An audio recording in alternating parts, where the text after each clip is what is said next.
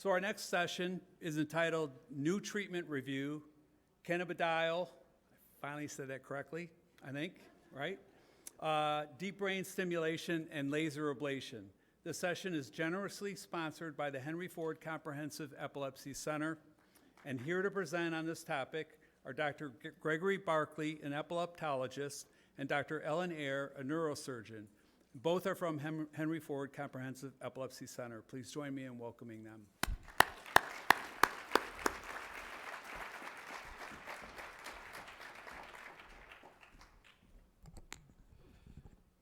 Thanks, Steve. It is great to see the whole room packed with people. I think this conference is getting bigger every year, and it's very gratifying having been on the board of the Epilepsy Foundation of Michigan since 1994 to see all of the awareness that has been spread and the engagement with the people of the area to come out here and learn more about epilepsy. So we have a two-part talk today, and we're going to leave a little time for some questions and answers. My part is going to be talking about cannabinoid therapy for epilepsy, and what is relevant about the disclosures is that for the second part, for neurostimulation therapy, which is part of Dr. Eyre's talk, I have been involved with the Neuro trials since 2004, and so you have to keep that in mind if I answer any questions. So I'm going to try and talk about the role of cannabinoid therapy in the treatment of epilepsy. We're going to focus this talk on the prescription products, but also a little bit about the various cannabis products that one can get through medical marijuana or even recreational cannabis. The important thing to know is that as with any medication or surgical therapy, that one has to do this in keeping with the overall evaluation of someone with epilepsy. And so this is just one small piece that is part of a much bigger process of trying to decide what is the right way to treat someone's epilepsy. The cannabinoid system is a very interesting regulatory system in the body, and the cannabinoid system, the cannabinoids produced in the body are part of the body's way to regulate itself. And like a lot of other things, many plants have also developed similar products that work in the body in similar ways. The difference between, the reason for this probably doesn't have much to do with anything to do with the plant itself. But if you think about plants, they are stationary, and the goal of a plant is to produce enough seeds to get more plants made. And so plants will make a variety of compounds to do chemical warfare because they can't move around. And the chemical warfare is designed to make sure that they don't get eaten too soon before the seeds ripen, or to make themselves so attractive that some animal eats them and carries the seeds somewhere else. So if you think about anybody who's a gardener knows that nothing grows underneath a walnut tree because they make chemicals all the time that kill all the plants nearby. And the monarch butterfly survives because it eats milkweed pods. It has a chemical that keeps them from being eaten by other birds. So the cannabinoid system that is produced in the cannabis plant probably has something to do with either making the plant not edible until the right time, or making it so attractive that some animal wants to eat it and carry its seeds somewhere else. Interesting, there are about 100 cannabinoids in the plant, and it's a smelly plant. Its closest relative is the hops plant. The cannabinoid receptor system in animals developed at the level of worms about 600 million years ago, whereas the cannabinoids made by plants are relatively recent. They only developed about 34 million years ago. We know that the cannabinoids are, when they're released in the cells, that there are receptors on various cells in the body that will be in a lock and key arrangement, and that there are two receptors that have been identified, CB1 and CB2. These were only recently developed in 1988. The first receptor was identified by researchers in Israel. They when these receptors are activated, they have euphoric effects, calming effects. They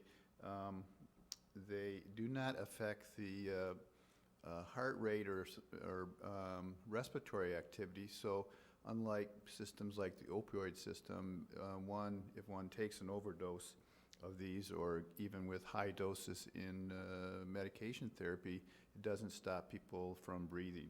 So it may eventually turn out that this is going to be quite useful in the treatment of people who are having repeated seizures in the hospital to avoid intubation and things of that sort. Another difference between the cannabinoid system and regular neurotransmitters is most of the neurotransmitters are made in the body of the nerve cell, and they're taken down to the tip of the nerve cell where they're stored in little packets. And when the nerve cell fires, these packets are released, and the chemical goes across to the next nerve cell and makes that nerve cell fire faster or slower. Or if that nerve cell is innervating a muscle, when it fires, it releases acetylcholine, and the muscle contracts and makes the movement that the animal desires.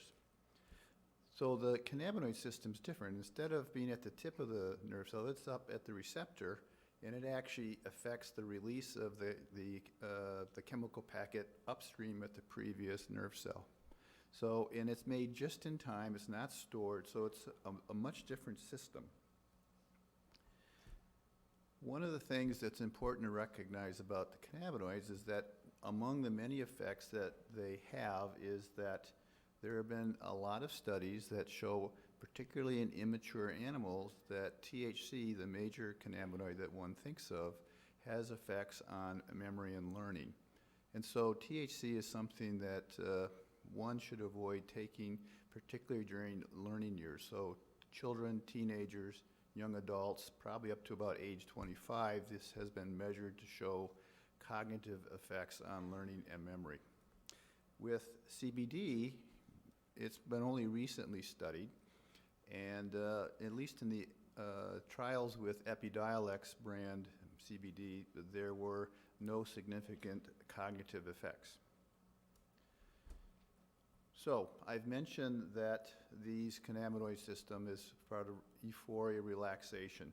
And one can simply think about how the cannabinoids work is to help us to relax, eat, sleep, and forget.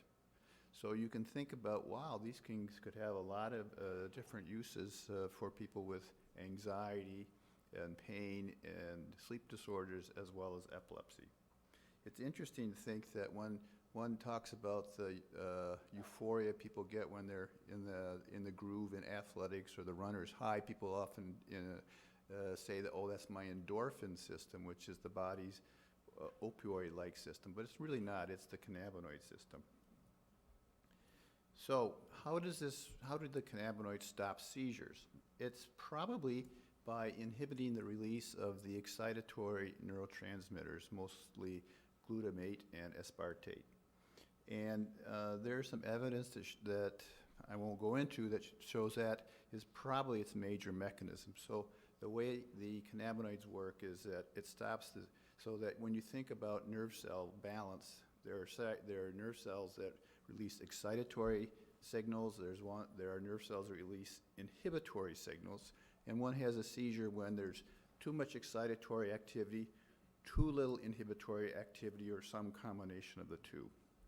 And so the role of the cannabinoid system is to dampen down the excitatory neurotransmitters so they don't put someone over the threshold so seizures occur. One of the curious things that has been discovered in some of the research that's a note of caution is that when one gives these anti-seizure compounds to pregnant animals, that it turns out in the fetus that sometimes these have the direct opposite effect of what it's intended to cause proconvulsant effects. So this is just another reason why women who are pregnant should not be using cannabis compounds. The data on the Epi Dialects trial is for CBD alone hasn't shown that. And in fact, large doses of CBD were given to experimental animals as part of the evaluation for the safety for Epi Dialects. And it was only until doses of 50 to 100 times over the maximum human dose were given that the animals showed effects. They mostly just got sick and died at that point. But there were really, those doses would be almost impossible to get in humans. Cannabis itself is a very interesting compound. It's one of the oldest medical compounds ever discovered. It's been used for 12,000 years. And there's a lot of interesting historical reading. It's mentioned in sacred text, as you can see in the slide, going back for millennia. In epilepsy, it's been used since at least around 1500 in the literature that's available in the West, probably even earlier in some of the Asian literature, since the plants come out of Asia.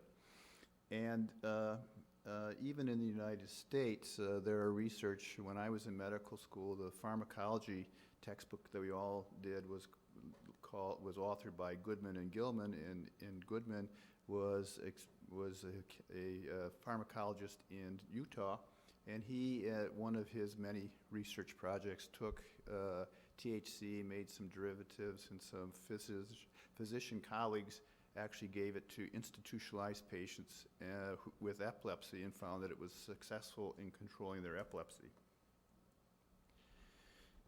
Just a little bit about the cannabis plant. There are 3 plants. Most people only know about 2 of them.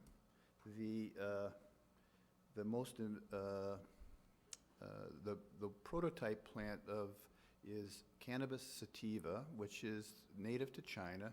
It can grow up to 20 feet tall, and it has a lot of long, tough fibers, and that's what's used to make rope. The other plant that is people commonly know about is Cannabis Indica, and it's a plant that excuse me, is native to India. It's a shorter, bushier plant, and the third one that most people have never heard about is called Cannabis Ruderalis, and because it was only discovered less than 100 years ago in Siberia, and because it was found growing in the frozen north, unlike the other 2 plants, this one has to grow and flower pretty quickly. So it flowers at about 28 days automatically, whereas the other 2 plants have to have a photo period of darkness and light. So those of you who get poinsettias for Christmas know that they're tricky to get them to flower a second time because they have to have a certain extended length of darkness, and the same is true for the cannabis plant. A lot of people hear about hemp nowadays, and there's probably a lot of confusion. What's the difference between marijuana and hemp? Well, it turns out that hemp, as defined by governments in Europe and the United States, is a convenient workaround to avoid saying it's cannabis or marijuana, because it's a cannabis sativa plant, just like the stuff that people buy to get high, except it's been selectively bred to have a very low amount of THC. So the definition that's used in European countries, the United States, to define hemp, or industrial hemp, it's sometimes called, is a cannabis plant that has less than 0.3% THC. So among its 100 or so cannabinoids, the one that's the most common in the hemp plant is CBD, or cannabidiol.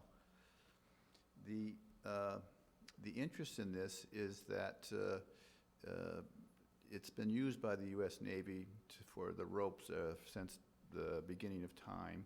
The hemp plants were widely grown in the United States throughout the 18th, 19th, and early part of the 20th centuries until the draconian anti-marijuana laws were passed. But even then, there was exemption for hemp plants for making a rope and other fibers. In the Farm Bill in 2014, our Senator Debbie Stabenow was the head of the Agriculture Committee, and she and Mitch McConnell inserted language into the Farm Bill to allow the use of the growth of hemp in pilot projects authorized by states and universities. The most recent farm bill that was passed in 2018 legalized the growing of hemp across the country with regulatory mechanisms about registration. Since Michigan started the program, my slides came off, there are about 400 registered hemp farms in Michigan with thousands of acres. And the harvest is just going on, but it's expected to create quite a bit of money for farmers in Michigan because of the profit is quite high, although they're quite labor intensive for growing it. All cannabis plants, whether they're hemp or marijuana or whatever, are really crossbred. So while people may see or hear folks talking about a sativa or an indica, these are just as interbred and hybridized as every apple and tomato that you buy. So the best way to think about cannabis plants or cannabis itself is what is the Cbd and Thc ratio. So chemotype 1 are plants that are high in THC. This is the cannabis that's typically found in the recreational market because it's what people use to get high. But it's also a prescription drug that's been available since 1999 in the United States called Dronabinol, or brand name Marinol. Chemotype 2 is where there's about a 50-50 ratio. And you can buy plants like that if you're consuming cannabis. But in Europe and Canada, there's a 50-50 mixture that's made by the same company that makes Epi Dialects. It's called Sativex, and it's approved for the treatment of pain and spasticity, and it's part of the care pathways for multiple sclerosis in the European Union. It's not available in the U.S. at this time. You can go 5 miles south of my hospital into Windsor and buy it if you have a prescription, but that requires a Canadian prescriber to do so. Yeah, then you can't bring it back across the border, so you're kind of in a conundrum. The third type are the chemotype 3, which is the high THC. These are hemp plants. The most famous hemp plant is Charlotte's Web, which we'll talk about in a moment. And then the prescription medication Epi Dialects. And I'm going to talk quite a bit about that coming up. So briefly, Charlotte's Web sort of kicked off the idea of epilepsy therapy by using cannabis in the modern era. And you see a picture of Charlotte and her mom, Paige, Fiji. Charlotte's story is quite dramatic. Many of you have seen it on CNN. Paige has Dravet syndrome, a genetic epilepsy syndrome that's often intractable, and nothing was working. She was on 4 or 5 drugs and having 100 seizures a month when Paige decided that she would try marijuana, so they up and moved from Florida to Colorado. She hooked up with some growers called the Stanley Brothers. And I see that most of my slide is cut off here, so I'm sorry about that. But the Stanley Brothers had this brand of cannabis called Hippie's Disappointment, because Paige, being a good mom, didn't want her 5-year-old child getting high, so she thought this would be just the stuff to try, and lo and behold, it worked. And it worked because it was a CBD product made from hemp plants. Hence, you can buy CBD, Charlotte's Web, at various places online or even in stores in Michigan as it's been marketed nationwide. I'm not going to talk more about that, but just to say that that was kind of the impetus that led rise to the experiments to see if what became brand name Epi Dialects could be a prescription drug.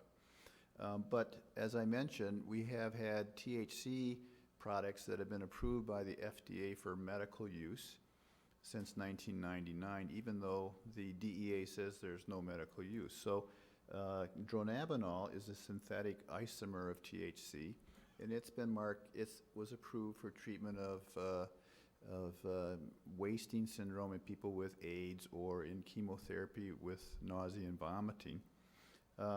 There's another product, similar product called Sesamet that's also available. These actually, even though they've been generic for quite a while, they still remain somewhat expensive. Epi Dialects is the topic that I want to spend the next few minutes talking about. This is a CBD extract from plants grown in England.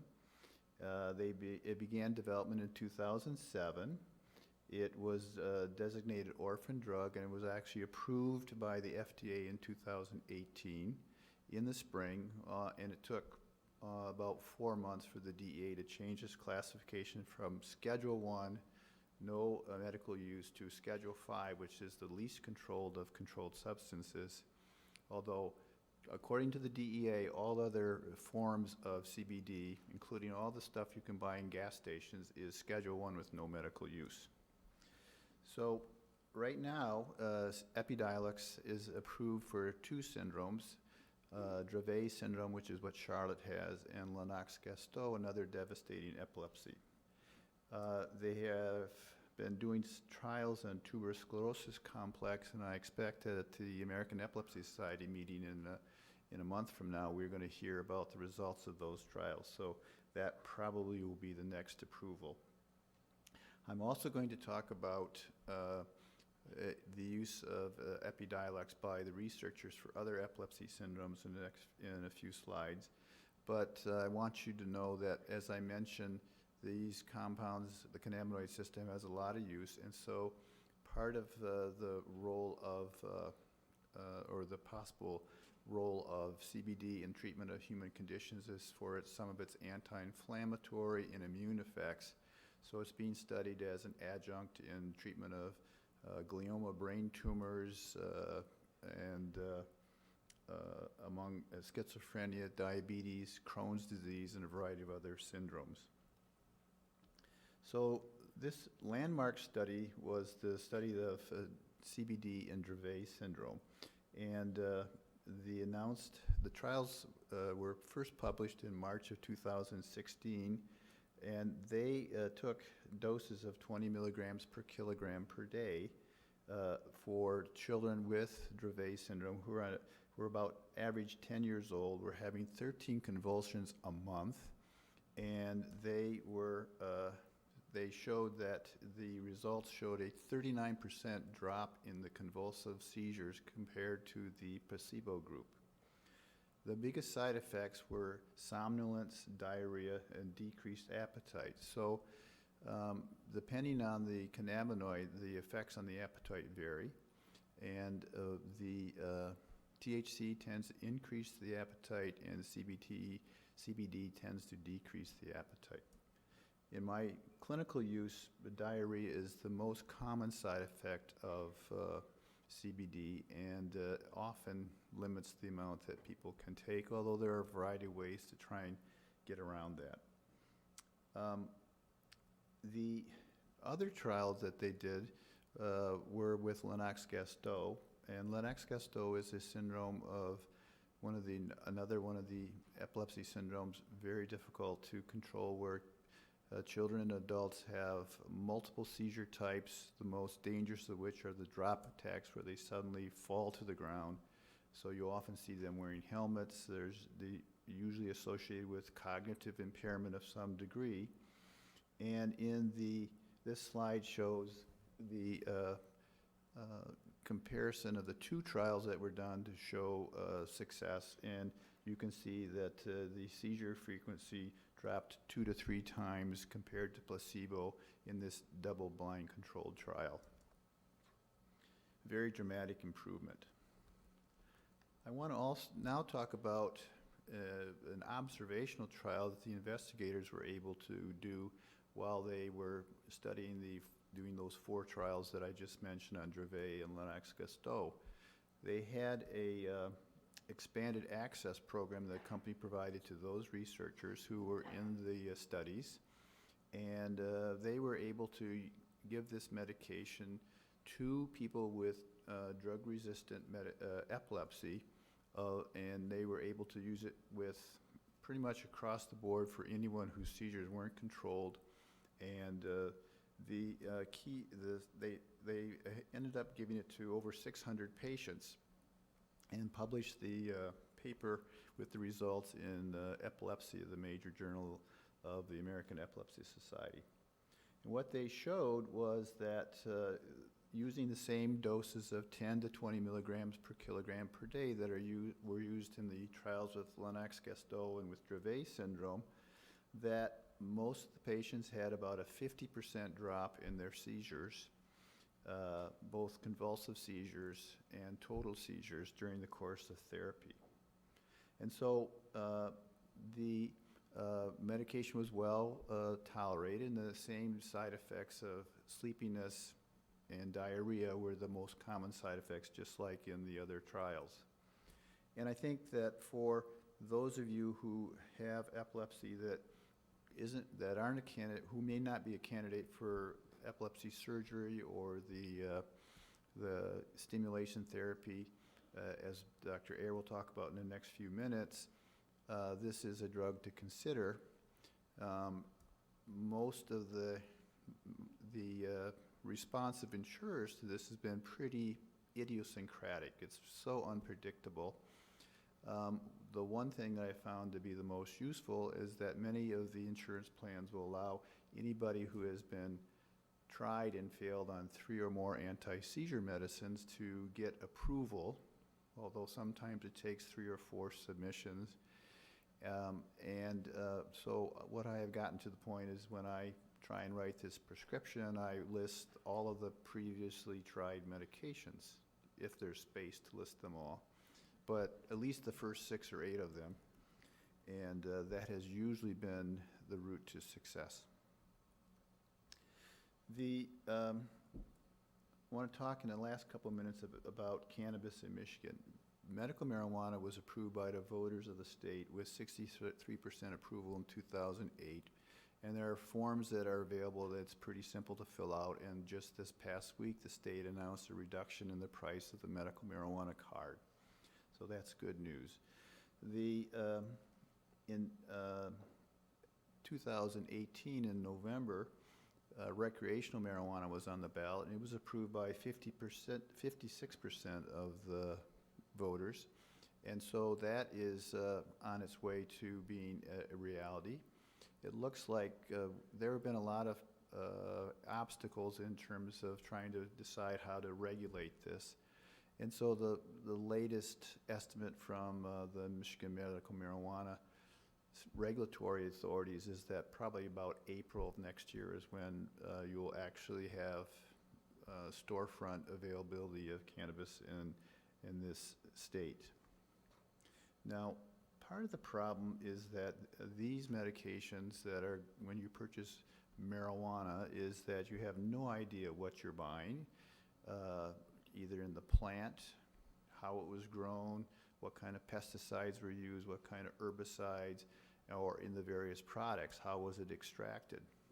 I'll just give you an example. One of the ways to extract it is called the Rick-Simpson oil method, or RSO. Well, that's typically used for high THC cannabis. It is a method where, since this is an oil-soluble product, people will take benzene or gasoline or other oils to extract it, and then they do some refining of it to just get the cannabinoids out of the system. If the process is sloppy, you may be left with residual gasoline or benzene in the product. Benzene is a carcinogen, and so there's nothing more important to make sure if you're buying cannabis for use, whether it's medical marijuana or recreational marijuana, is to make sure you look closely at the chemical analysis of what you're buying.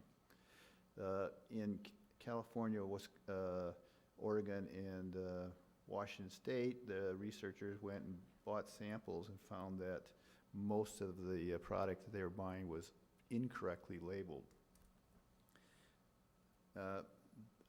The risk of that has been shown by the dangers of vaping. This is from the CDC website. I actually added these slides this morning because yesterday afternoon they released the analysis of what's been causing the deaths, and there have been more than 500 people seriously injured by vaping, cigarettes, and cannabis. It's what they call it e-cigarette and vaping associated lung injury, or EVALI. And what they released yesterday was that they had completed the analysis of 29 patients who had lung damage from vaping tobacco or cannabis products. Every one of them had a form of vitamin E called vitamin E acetate.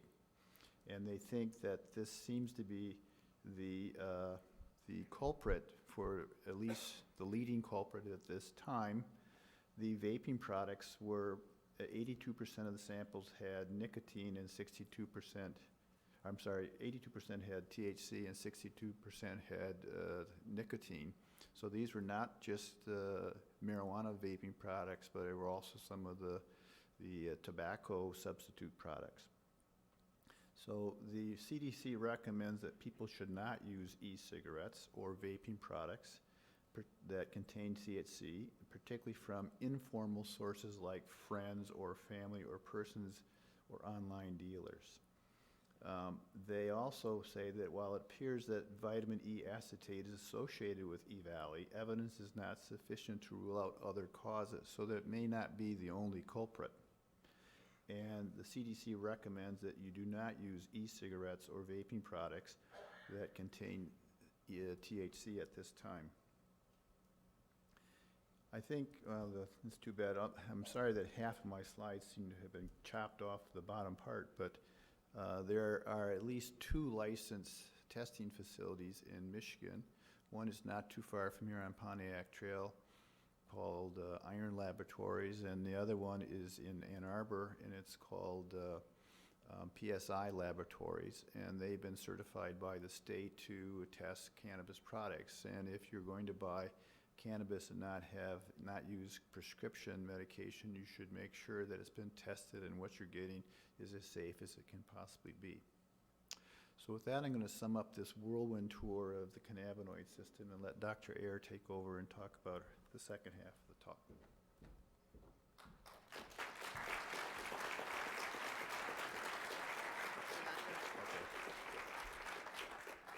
Well, good morning, everybody. It is so nice to see such a wonderful crowd here again, see this event grow over the years, and so many friendly faces. Henry Ford is certainly proud to sponsor this event.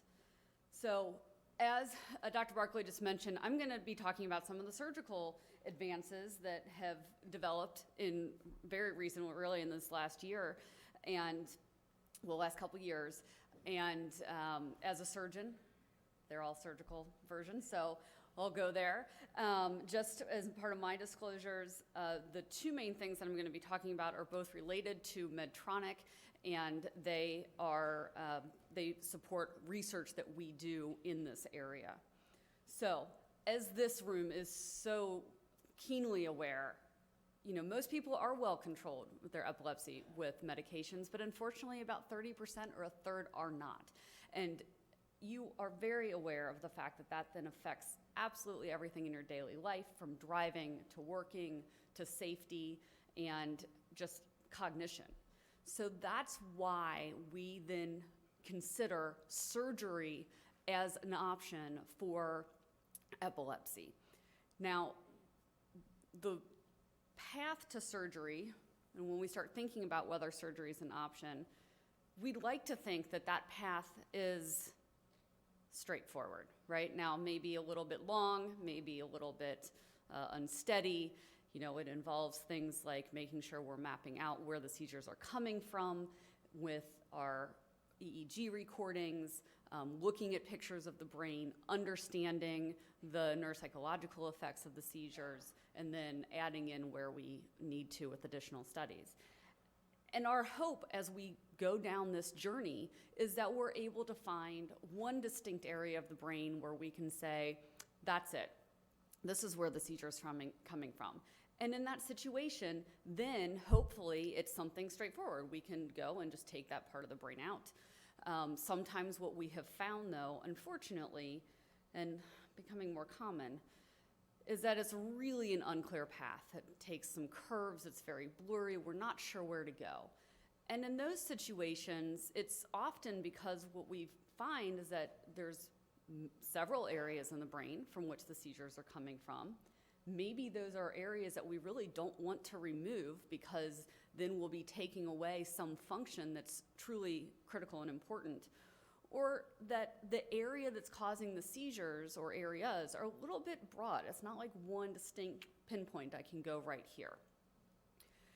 As we have, as many people, I know that there are individuals in this room who have fit the situation where we've gone down this path and we found that there's maybe more than one area that were causing the seizures, and it might not be an area that can be removed. And so that situation, we have applied responsive neurostimulation.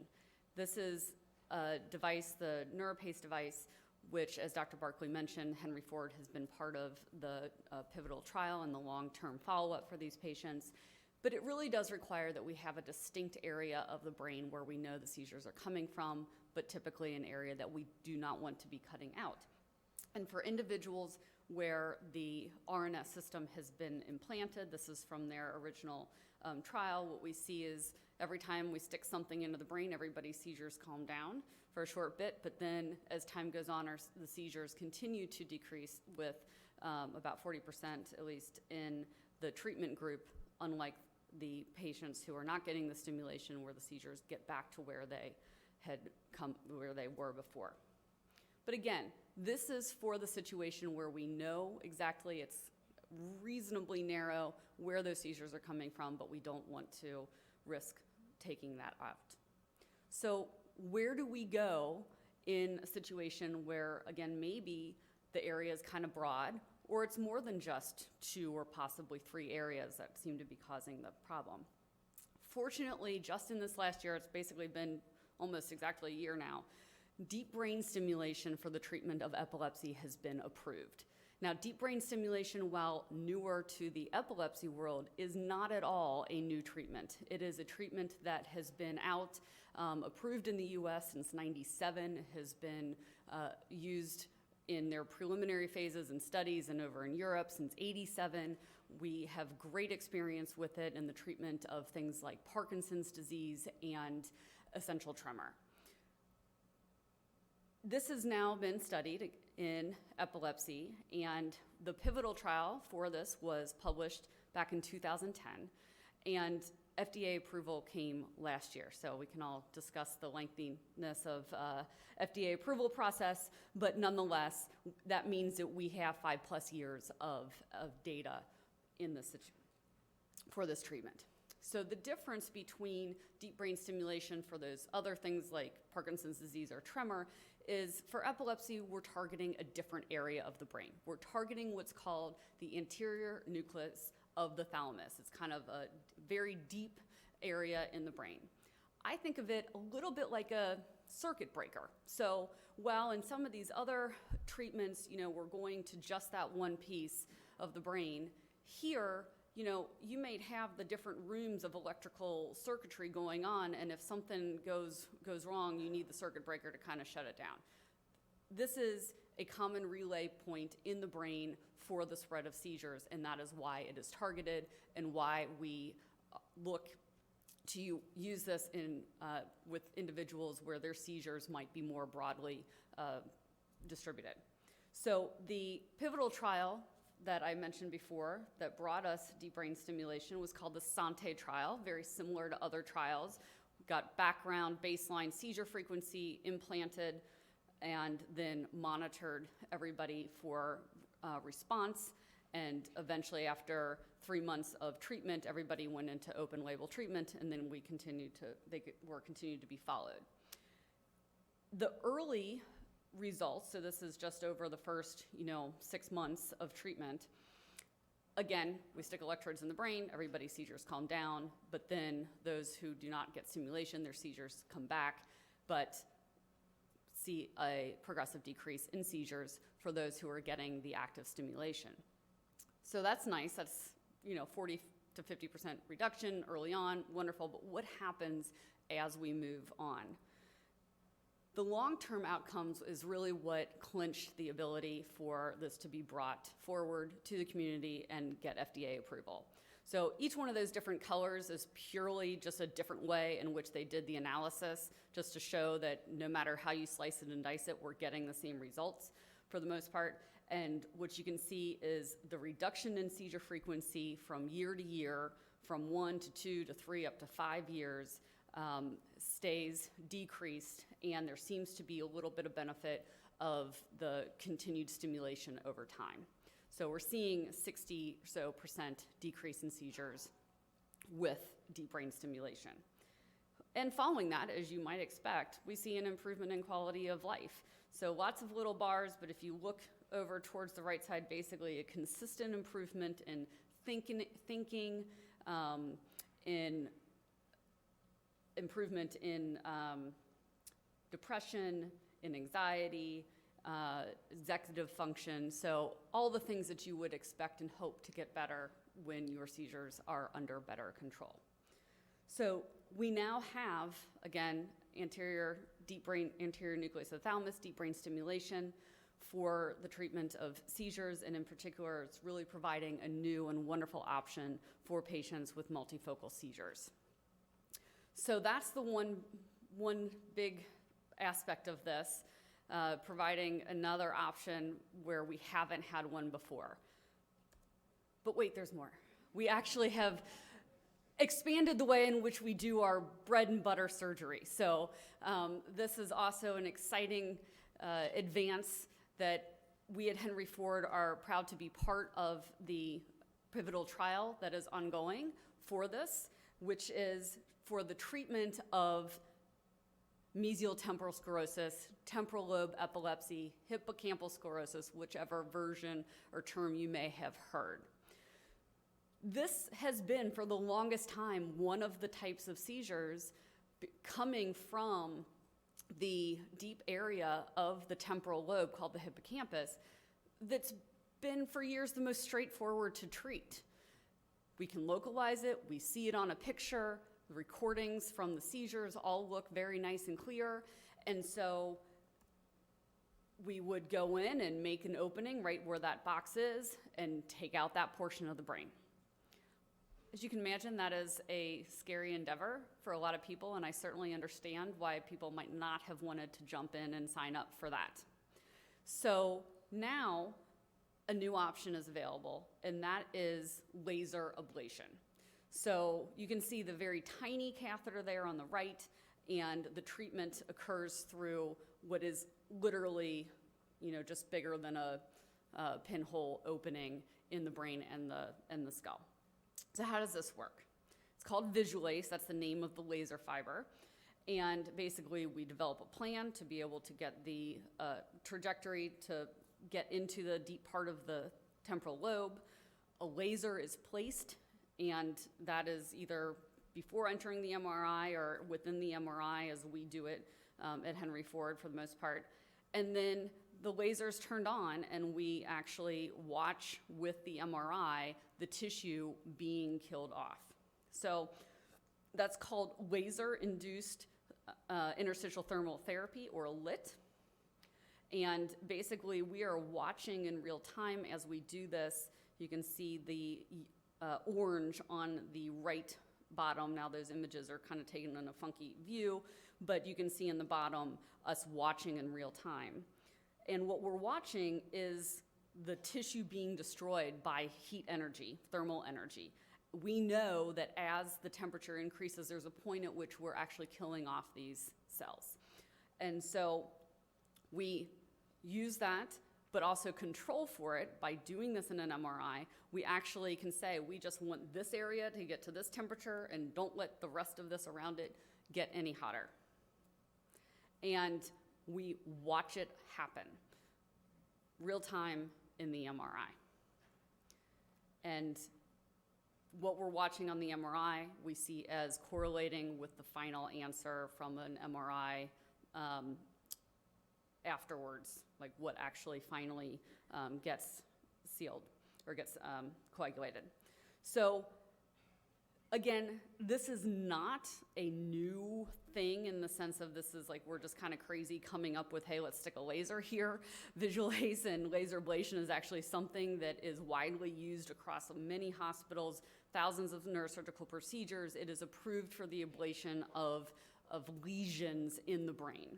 However, we as a field feel very strongly that the way in which we move this forward in the best way for patients is to study it in a systematic way.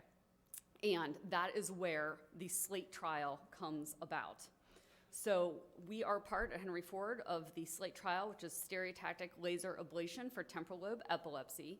It is for individuals who have uncontrolled temporal lobe epilepsy, and it's focused just to that region, currently between 18 and 70 years old, have not had prior brain surgery, and are able to be in an MRI.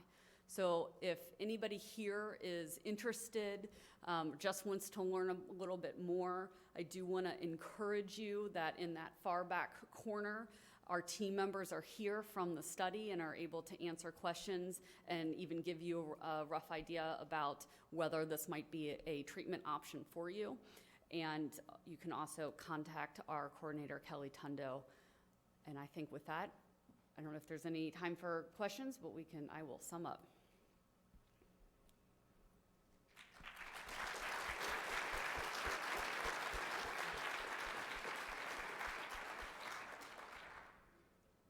So we've got time for Q&A. We've got people in the audience with microphones, so just raise your hand.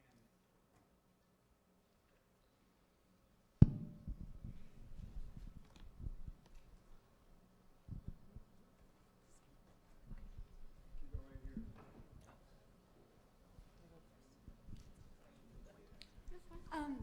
Just curious, does the deep brain stimulation, is that something you recommend over VNS for generalized seizures now?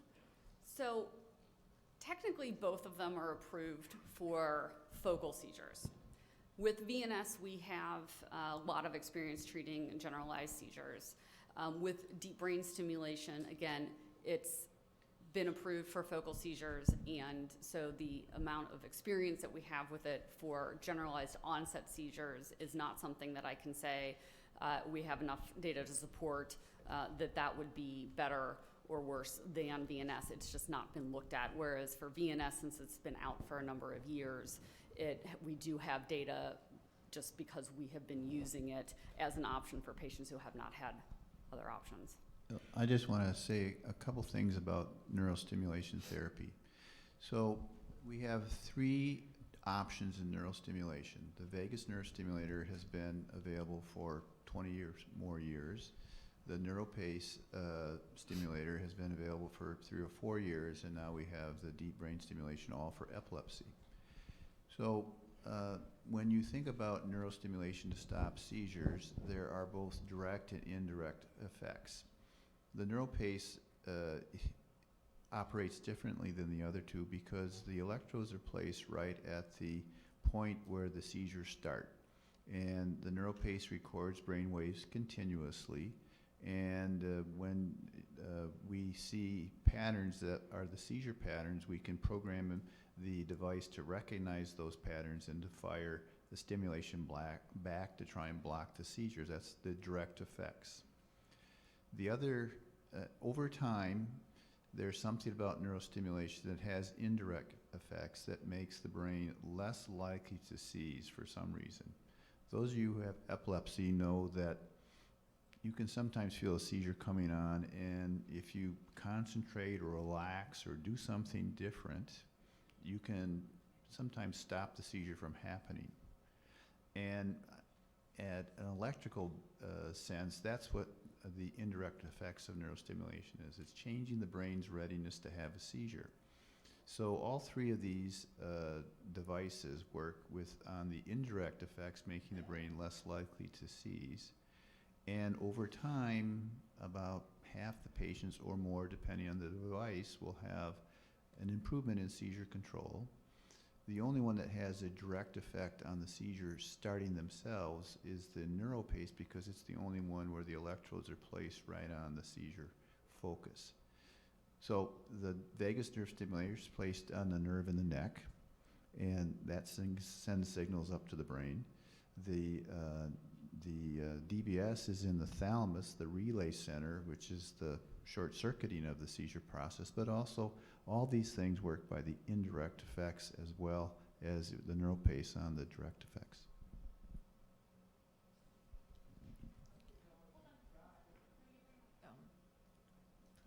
Hi, sorry. Hi, hope you're doing good today. You guys have been really nice.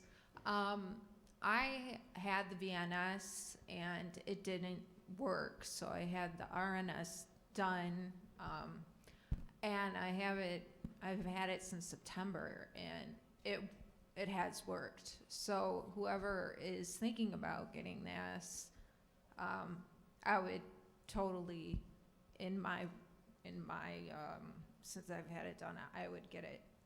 I just wanted to let you know, I'm sorry, it wasn't a question, it's more of a statement, and I just wanted to let you guys know it helped a lot, because I used to have, well, 3 kinds of seizures, and I've had seizures since I was 4.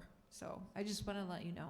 Thank you for sharing that. That actually really brings out the importance of individuals working with comprehensive epilepsy centers to help identify the type of seizure, what's going on with you personally, and therefore what the best options are for you as an individual.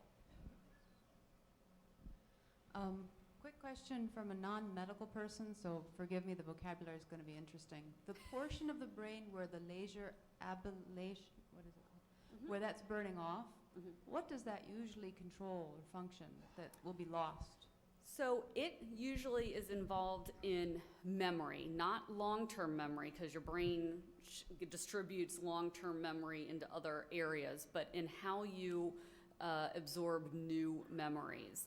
For individuals in the situation where they have sclerosis, damage to that part that's causing the seizures, we see that pretty much that memory, that side of the brain, has been damaged enough that it's been impairing their ability to get new memory, at least in that, from that side. Now we have one on each side, so that helps. So oftentimes when we are burning that part of the brain, it's part of the brain that hasn't been working normally for somebody before we get to that point.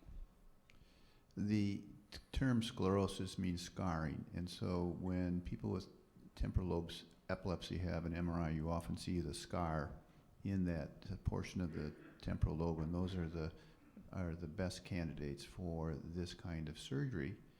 And we spend as much time trying to make sure that we're not going to cause harm to your memory or language when we are doing evaluations for epilepsy surgery or the laser ablation surgery to the temporal lobe, as we do to trying to figure out, is that exactly where the seizures are? Because you have to both, the coin has 2 sides. You have to get rid of the seizures, but you don't want to cause additional harm. Absolutely. How do you know if you're having the deep seizure or the thalamus seizure, for instance? How do you know that you're having it? So the treatment of the deep brain stimulation, we know that a number of these seizures, they go through that as a relay system. So it's not that the seizures are being generated from that specific part of the brain, but they have to travel through that part of the brain in order to fully spread. And so what we're doing is we're kind of cutting off the circuit in its traveling, not necessarily cutting it off at the spot that the seizures are starting from, as the RNS does. So it's a different approach, and for anybody, the way we determine that is from the evaluation, which can be with, electrodes over the surface of the head, or surgery to map it out with electrodes inside the head, plus other non-surgery imaging, things like MEG and SPECT and MRIs, things that you may have heard of. That's right. It's like cell phones. If you're talking to somebody on a cell phone, you're going through a cell phone tower. And you know, you're in one spot, the other person's in another spot, but the tower is the central relay. And the way the DBS works is it interferes with the function of the cell phone tower, and so it's like while you're talking and suddenly you lose you drop your signal. Hi, my question is in regards to Epi Dialects and the side effects. Have there been any noted behavioral side effects with that medication, in particular children? And two, the second one with side effects is, I know you said the most common was diarrhea. Does that tend to dissipate as they get used to the medication? The diarrhea is dependent on the dose. The higher the dose, the higher the side effect, like most side effects with most seizure medicines. The behavioral side effects are minimal in my experience. I haven't treated a lot of children with Epi Dialects, but we all know that medications can have the direct opposite effect you think. You just think about, you treat people with attention deficit disorder and hyperactivity with a stimulant, and that slows them down paradoxically. And many of you in the room have experienced treatment with a sedating medication like phenobarbital, and it caused you to feel hyperactive, and it's just the opposite of what you would predict. For the most part, the common side effects with Epi Dialects are sedation, and that may be in part related to the fact that you're adding it on to 3 or 4 or 5 other medications. The abdominal discomfort that sometimes accompanies the diarrhea. And many patients find that by adjusting how they take the dose, splitting it up instead of being twice a day to 3 times a day, or how they take it in accordance with how they have food, and sometimes using some of the over-the-counter anti-diarrheal products can all help.